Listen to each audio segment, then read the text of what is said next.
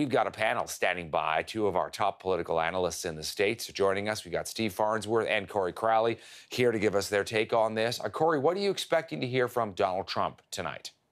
Well, I think he certainly has a lot to be proud of, Todd, as you mentioned in your intro there.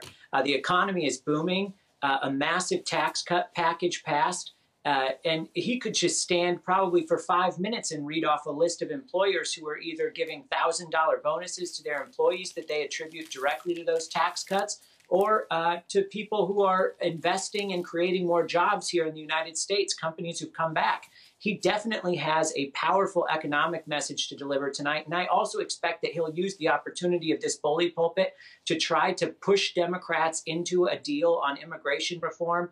The Democrats want DACA for these students who are here, who were brought here illegally as children to be able to stay. And Republicans would like funding for a border wall. I think if he does things right tonight, he could force a deal. Steve, your read. Well, I think it's important to remember that these State of the Union addresses are tailor-made for the modern televised presidency. You have an extraordinary backdrop, an extraordinary setting. You have all the history. It's very hard for a president to give a bad State of the Union speech. This is something that campaigns and presidents work on for a long, long time before they have to present them. So it is important to remember that every president looks good in the State of the Union. I think the key thing that Trump needs to worry about here is the anxiety over the gridlock in Washington, and in particular, his own unpopularity. If you think about those Republicans in the chamber tonight, many of them are not running again because they're worried that Donald Trump would sink their reelection chances. And so it's important to remember that while there's a lot that Trump can talk about that would make his base happy, there's also a bit of anxiety that he needs to address. And I think one of the key ways that he could do that would be a big infrastructure plan. That seems to me the kind of thing that could bring Democrats and Republicans together and maybe look like a good opportunity for those moderate voters to see Trump in a new light. Gentlemen, I've got today's New York Times here in the studio with me, and I just want to read you something from one of the editorials on the op-ed page. Let's not pretend that Trump's State of the Union performance matters. And the op-ed writer, Michelle Goldberg, goes on to say, you know, we should be careful. Just because Donald Trump is able to read off a teleprompter without foaming at the mouth or saying anything overtly racist, we should not be praising him as the second coming of Lincoln. And I think, Steve, that kind of touches on what you were saying about the performance aspect of this. And Donald Trump has very low expectations from a lot of people. And so if he is able to even remotely look presidential, then he actually wins to a certain extent. Corey, what's your read on that? Well, Todd, I'd say this, you know, editorials like that from liberal newspapers just play into Donald Trump's hand going into this speech tonight. They never would have written a speech like or editorial like that about Barack Obama, who was a teleprompter-in-chief president. That guy gave speeches eloquently and governed like somebody who was a novice. So I think it's completely unfair, and it plays totally into Donald Trump's hand to say the fake media and to press people to not even watch this speech tonight on mainstream media, but instead to watch it on his own website where he can run tickers and he can influence what people are thinking about the speech right there personally. Steve, what's your read on that? This sort of law of low expectations that may benefit Donald Trump because people don't know what he's capable of saying or not saying, as the case may be.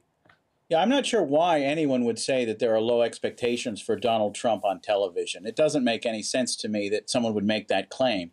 The truth is that Donald Trump is a television presidency. He was a reality TV star. He was a celebrity in the media in New York going back to the 1980s. So, of course, there is no reason why Donald Trump can't take this softball pitch and hit it out of the park. But the larger point is still out there. This is the kind of thing that people watch who've already made up their minds about politics. Most of the people watching tonight will be cheering on Donald Trump because they like him or booing Donald Trump because they don't.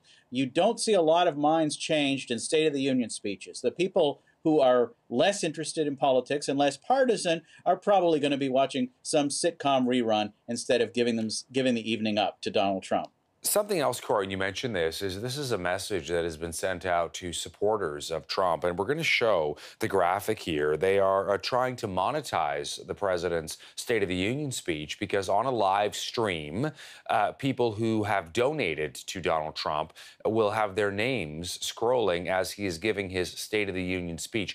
Now, is this at all unseemly, this notion of trying to get donations while he is giving a State of the Union speech? In other words, sort of politicizing the whole thing. And I understand it's a political speech, but does this go too far?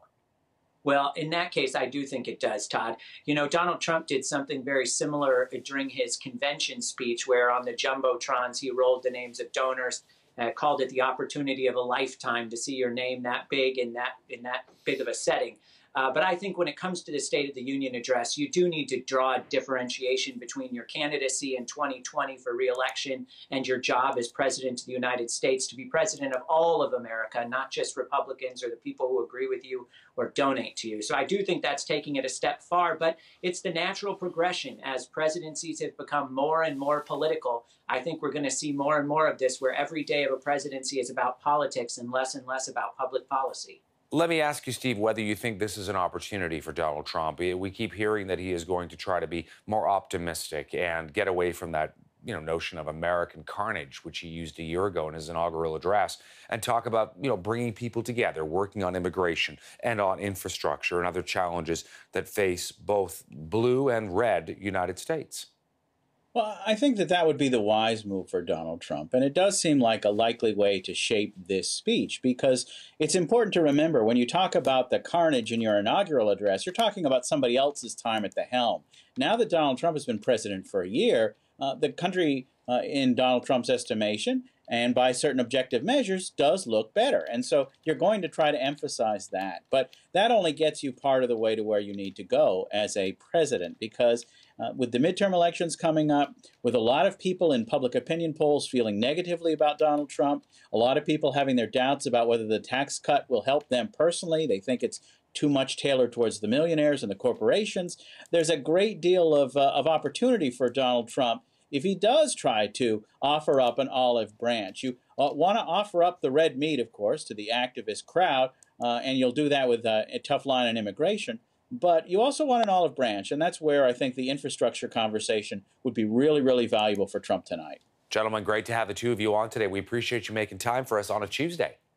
Thanks, Todd.